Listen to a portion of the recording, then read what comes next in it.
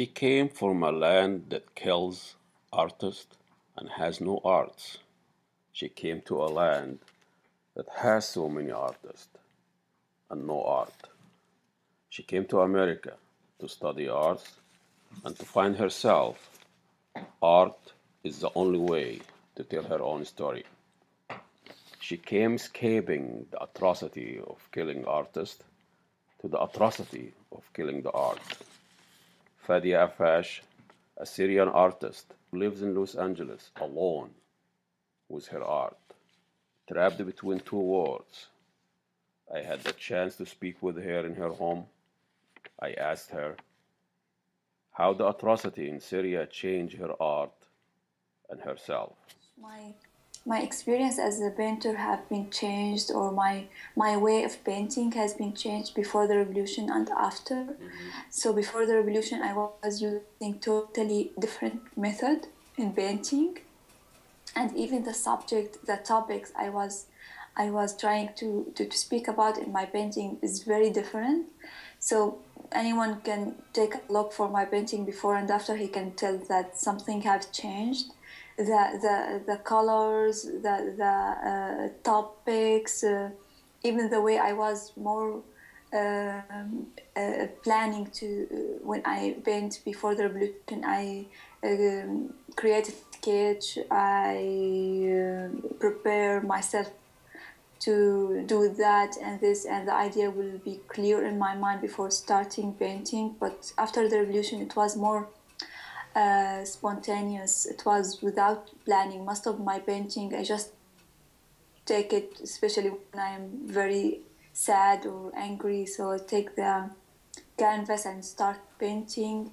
I have something in my mind, but most of the time I don't do a sketch or anything. I just start painting the idea.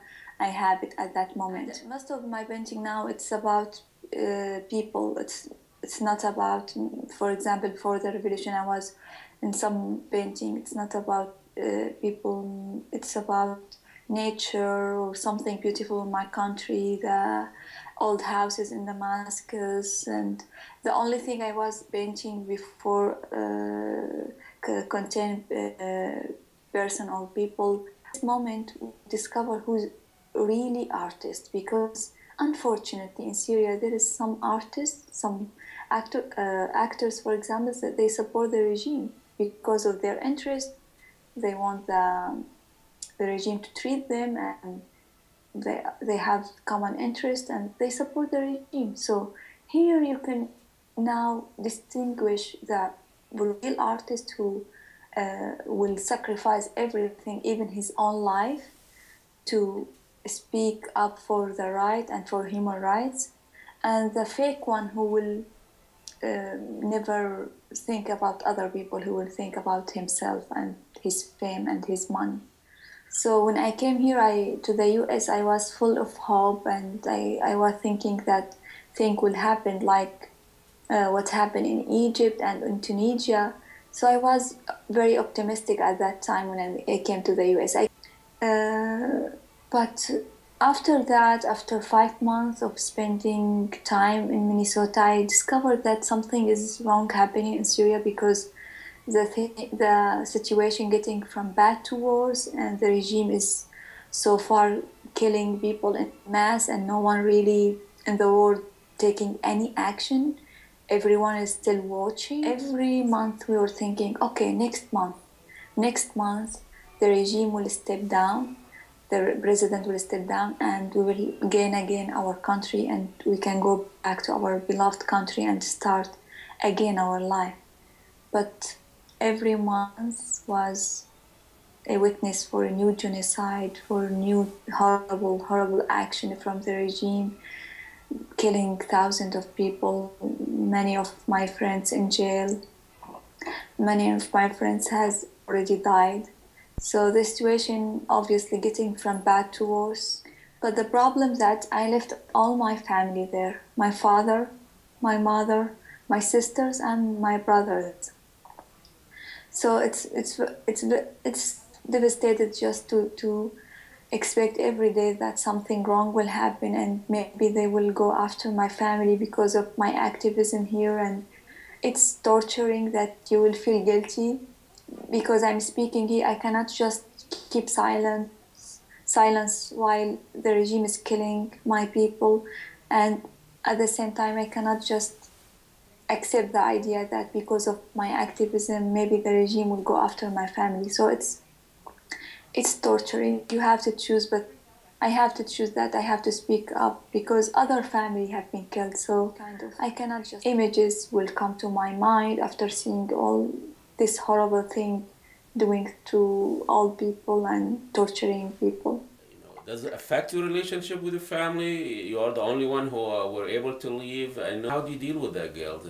Why me, the who left? That kind of question. Why me, the one who, as an artist, will might be come through your work? Sometimes I hate myself. Sometimes that I am so selfish that I survived and I left them. Many times I wake up at night and I decided to go back to Syria, and my husband talked to me, and I don't know, it's hard to accept the idea that you are the only survivor. Every activist, I guess, he has this pressure that a member of the family blaming you that because of your activism, your parents will be died and they will be tortured. For example, talk to me and telling me, give up, don't speak up, don't do anything outside of your country. You are safe, but your parents is not safe.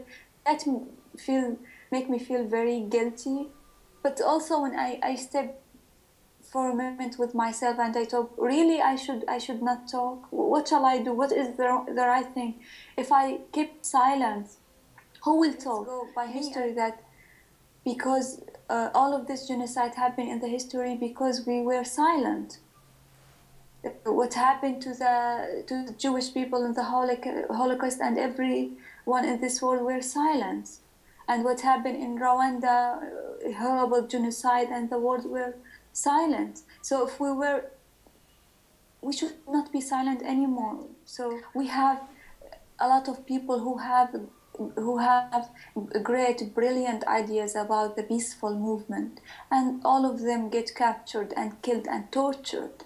And we have icons like Yas Matar. He's a young man. He was one of the brilliant activists, and he has the idea that to bring roses to give it to the army in order to make army defected and refused to kill civilians, unarmed civilians. Because of his idea, this idea cost him his life. Let's talk about your life in California, Los Angeles, as an artist, and how could you actually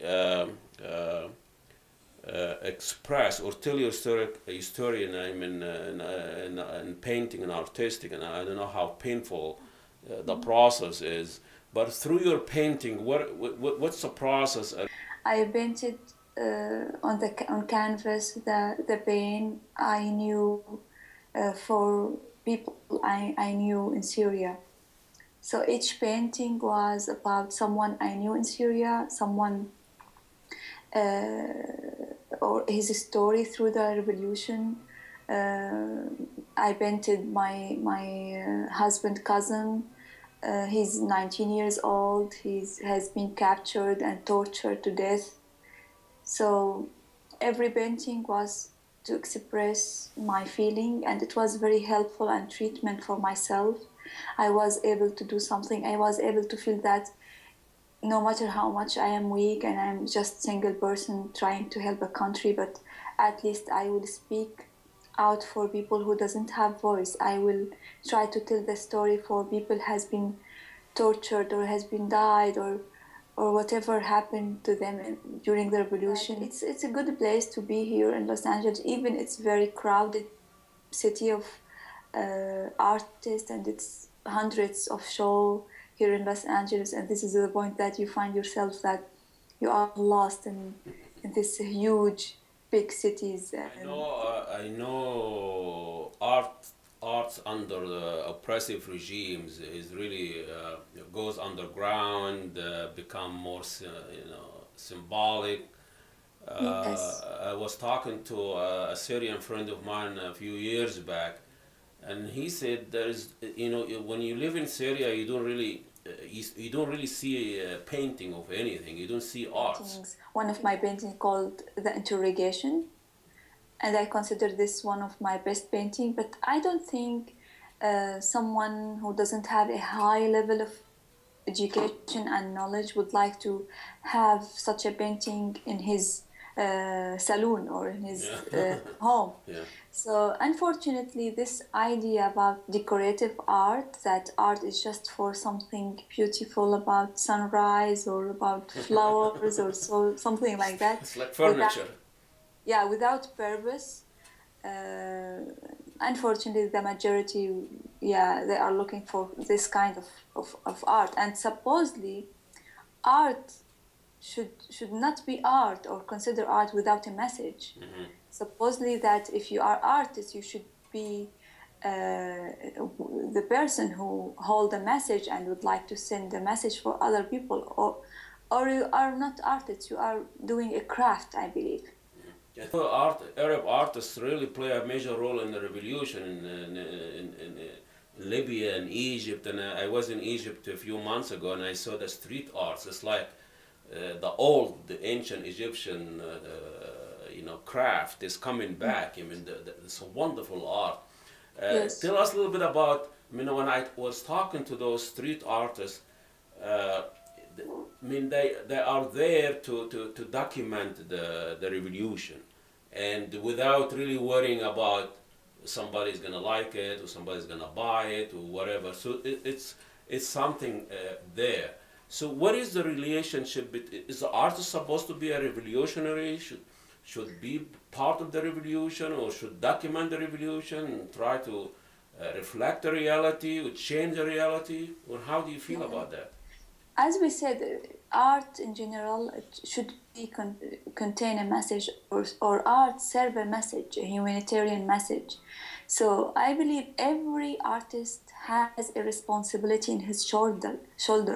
He has to help. He has to speak out.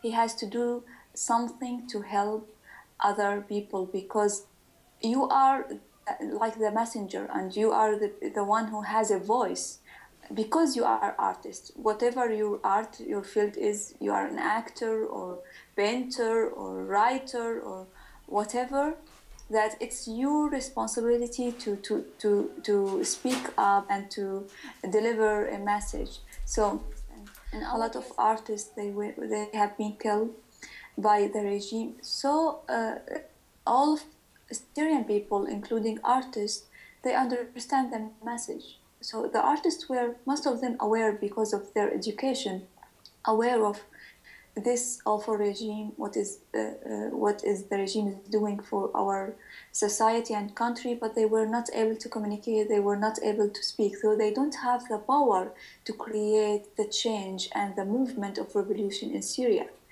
Who started this was the children, because children, they don't have the same experience adults have.